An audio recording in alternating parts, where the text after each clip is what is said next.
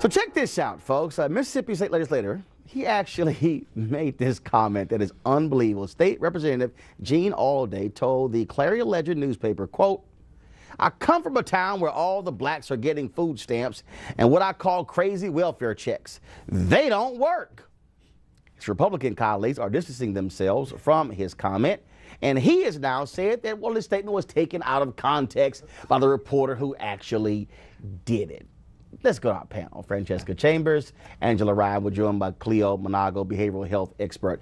It's real funny that it kills me when I see these candidates, oftentimes they are Republicans, who want to comment on black people and welfare. When if anybody understands the history of welfare in America, it was actually created for poor white people. And there are more poor white people who are on welfare than there are black people who are on welfare. But there's this persistent effort to create the image that, oh no, welfare, black people, when in fact, that's simply not the case. Well, I think it's pretty evident that not all of his constituents who are black are on welfare. Just factually, that's not possible. That's also not true. It's just a stupid thing to have said. And I also think it's really funny that whenever politicians make these sort of offensive statements, their first thing to do is say, the political reporter took it out of context. It's their fault. When it's very clear, it's word for word what he said. I don't know how you take that out of context. But this for me reinforces the narrative that black people, you want handouts, you're on welfare. And folks will say, all right, this is just one guy, he's a Mississippi State rep.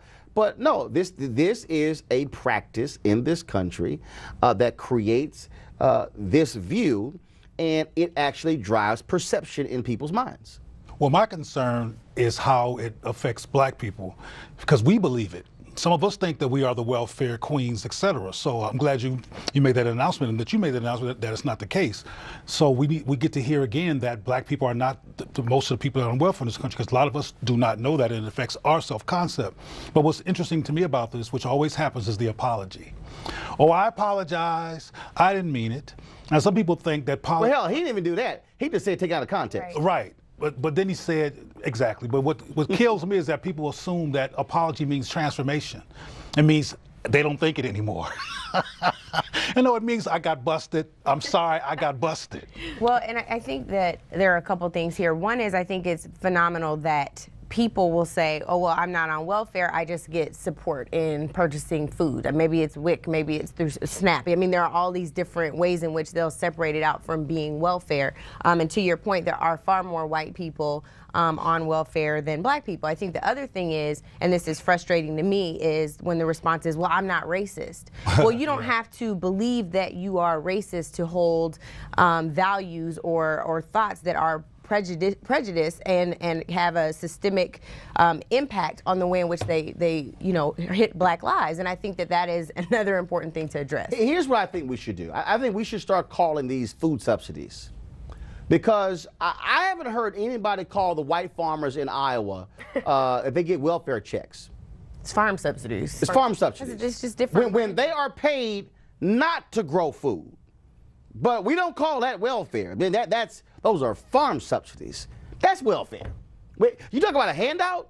There is no greater handout than when somebody says, we're going to pay y'all not to grow food in the country where folks are hungry. Hand up. Like, they have ways that they will message these things in their minds that say we're different from them. It's not the same thing. It's not even government support. We earned this, right? I mean, it's never the same thing. Now, I believe in calling anybody out, so I got to call out Shanisha Taylor. Remember, she was a homeless woman in 2014 who left her child in the car to go to a job interview. She got lots of response from across the country. It went viral. Donations poured in, more than $114,000. Well, guess what?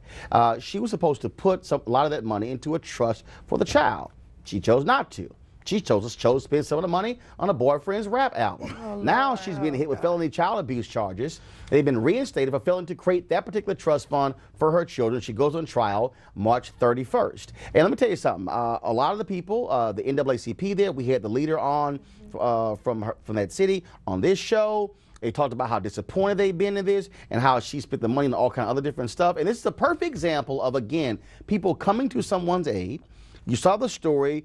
Look, you're trying to get yourself a job, and then you just lose your mind. Yeah. And what gets me is the judge says, put the money in a trust, or we're going to try you. Well, she figured that that was an investment in a rap career that can bring in more money. So she called herself making an investment, and that's the American way. These sort of things are these sort of things, though, are just really disappointing, right? Because when people do that sort of thing with charity, when people do that sort of thing with donations that are given to them, then it helps fuel the idea, right, that these people, if you give them money, then they're not going to use it in the right way. And so it's just a very disappointing story because we don't want to further that perception. I think that's what's going to happen if you give someone a hand up. But is your point in terms of making the correlation that Mr. Alday is kind of right because of this woman? No. He said he'll call anyone out. No, my point is this. We did the story. Right. We felt it was an important story when it actually happened. And you know what? Look, I commended her for trying to go in there and do a job interview. She had no other choices.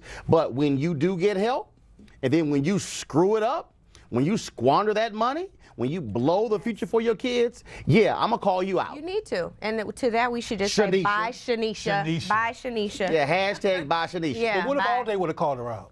Huh? What if Alday would have called her out? Hey, See what I'm saying about you black people? Y'all always buying rap albums with donation money. What's wrong with y'all? Right. Well, again, though, I just think that, yeah, for me, I'm going to call folks out when you see nonsense. And the bottom line is, she was told, put the money in a trust. And she did that. You have to call it out when you see nonsense because, again, otherwise people will start to think that, oh, that this is acceptable, or people ignore it when it's the other side of the argument. So I appreciate you calling it out. Shanisha is an exception. She is an exception. She's not the norm. Amen. And we have to understand in this society that what Shanisha does is not what everybody does. Not everybody puts their money into a rap album. But the reason, but again though, there are other people who did not get hundreds of thousands of dollars in donations from around the country. Had people say, in fact, there was a New Jersey woman who started that effort to raise money for her online. That's what picked this thing up and then went viral. Basically, she let down those folks who were trying to help her and her kids, not her boyfriend's rap album or anything else along those lines. And so guess what? So she goes on trial. We'll see what happens. But if a judge tells you put that money away, I advise you to put that money away.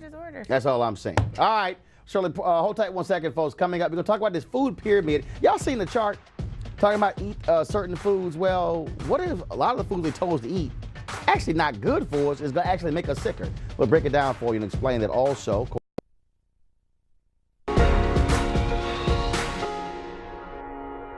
All right, folks, remember that food pyramid that promises if we eat the right amount of meat, dairy, and fruits every day, we're all going to be healthy? Well, my next guest says the pyramid is a few blocks short of the truth. Of course, she... Okay, all right, we're going to break it down for you. She's the author of the book, Gut Bliss. Feel light, tight, and bright, the healthy way. This is the longest book title I've ever seen. A 10-day plan to ban bloat, flush toxins, and dump your digestive baggage. Lord, Robin Chutkin. How long is that book title? Lord. All right, Doc. Let's break it down. Okay, what's up? So you say the food pyramid is nuts. The food pyramid will make you fat. Okay, that's the end of the segment. Okay, no. So tell us why. So what's the deal? So there's a complex hierarchy between red meat and fish and chicken, and most of us who are concerned about our cholesterol think that fish is at the top of that hierarchy and red meat at the bottom. But the truth is there's very little difference between animal products, different kinds of animal products. So for example, lean ground beef has 78 milligrams of cholesterol in a 4-ounce serving. Okay. Skinless chicken breast, white meat chicken breast, that most of us think is far superior to red meat in terms of cholesterol, 85 milligrams of cholesterol. It actually has more. And fish, wild salmon, which we think of as sort of the jewel of the crown in terms of cholesterol, 63 milligrams of cholesterol. But what you need to remember is that non-animal-based food, fruits, vegetables, nuts, grains, seeds, 0 milligrams of cholesterol. So instead of sort of doing this complex dance between should we have chicken, should it have the skin on, should we have red meat, should it be lean red meat, should we have fish, we should be eating more plants and less animals if we're really concerned about lowering our cholesterol. The additional thing is that plants have compounds in them, plant sterols, that actually bind the cholesterol and lower your cholesterol. So not only are they not contributing to increasing your cholesterol, they're actually bringing your cholesterol down. All right, so is there any meat you eat Any meat? Well, I do eat a little bit of meat, but I have more bad news. Damn, more bad news. All right. More bad Go news ahead. about chicken. Arsenic. Yeah. You probably remember the FDA confirmed earlier this year, these reports have been swirling for years, that chicken meat in the US contains detectable levels of arsenic. They tested 100 broiler chickens, and more than half of them had detectable levels of arsenic in the chicken meat when they tested it. It's added to chicken feed to help with the color, and it helps define the muscles and sort of makes the chicken look better. And for years we've been told that the arsenic is excreted out in the chicken feces. Some of it is, but much of it isn't. So we're actually eating arsenic. And the chicken excrement is actually used to fertilize crops and so on, sometimes fed to cattle. So it's continuing in our food cycle. So when we're looking at sort of what to eat, we have to look at not just what we're eating, but what our food is eating. You scaring the hell out of Cleo down there. All the whole crew. As soon as you brought that chicken in, Cleo went, ooh, is that chicken down But there? don't barbecue sauce kill arsenic? I think barbecue sauce By Cleo. kills anything. Okay, so the quality of the chicken is really important. If you're buying organic chicken, it's much less likely that it's being fed arsenic. So the quality is super important. But what about fish? What about this rumor, right, that salmon can sometimes be bad for you and other fish because of mercury? Is that true too? Yes, well, the issue with food is that the issue with fish is that larger fish can contain mercury. You do have to be careful with that. And then you also have to think about wild versus farm-raised fish. So wild fish have high levels of omega-3 fatty acids. That's a whole reason to eat fish, right? The healthy fats. Farm-raised fish, not so much. So you have to think about large versus small, wild versus farmed. It's a minefield. So what's the deal with this? What's the deal with dairy? The dairy. So many of us think of dairy as a health food, right? I mean, we're all sort of told to protect your bones. Calcium, on. calcium. Calcium. Well, it turns out that dairy is high in saturated fat, so it's a major contributor to heart disease and stroke. Okay. It does not protect against osteoporosis the way we've been taught that it does. In fact, a review in the journal Pediatrics looking at all these studies found that dairy did not contribute to bone integrity in kids. And the Nurses' Health Study, which looked at over 72,000 nurses over an 18-year period, found there was no protective effect in terms of additional dairy in the diet. So the most successful habit for increasing bone health is weight-bearing exercise. It's not eating lots of dairy, which again, contributing to heart disease, high in saturated fat. And if you think that low-fat dairy is a good option, we just had this conversation in the green room, and one of your guests said, well, I drink low-fat milk, it's not a problem. Low-fat milk is high in sugar, as many as 12 grams of sugar in 1 cup of 2% milk. So then that's a risk factor. I hate to cut you off. Let's go to this cranberry juice, because cranberry juice, great for the urinary tract. It's all good. It's all good if you're trying to develop diabetes or obesity. Oh my gosh. Wilding out Wednesdays. All right, okay, Doc, explain that for us. So fruit juice is not the same as fruit, because when you drink fruit juice, you're removing the most essential part of the fruit, which is the fiber. And when you don't have the fiber to slow down the absorption of the sugar, this is like a liquid shot of sugar. Most fruit juices contain 20 to 25 grams of sugar per serving, which is more than a serving of ice cream. So this is a direct risk factor for diabetes and obesity. And I want to do some math with you really quickly. 1 glass of fruit juice, 180 calories. 1 glass of fruit juice per day, 180 times 365, it's about 67,500. Now, there are 3,500 calories in a pound. So 67,500 calories is 18.7 pounds. I'm good at math. So 18.7 pounds in a year from drinking 1 harmless glass of fruit juice. Can I ask a question? Yes. So can you explain to us why, literally why we think the opposite is healthy? You know, in terms of, because what you're telling us now is not what we're programmed to think and what's promoted to us. By the government. Well, I want to see what she And says. the food in terms of- manufacturer. We got about 30 seconds, go. Yeah. Okay. So eat the whole fruit. Dairy is for baby cows, and think about more plants, less animals. That's how I eat anyway. You lying. All right, then. Any other questions? Angela, you got anything? Well, the president's wife, the first lady, is promoting veggies and fruit with Sesame Street characters on them. So kids are starting to learn this now. Wonderful initiative, the whole Let's Move initiative. Yeah. All right, Doc, you are the founder of the Digestive Center for Women. How can folks reach you? Gutbliss.com, digestivecenterforwomen.com, at Dr. Chuck Can. Okay. All right.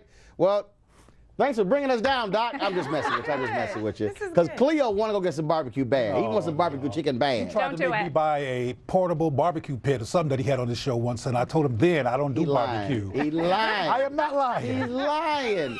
He saw that chicken and was like, ooh. Oh, no. All right, then. My props. All right, Doc, I certainly appreciate it. Thanks so much. Coming up next on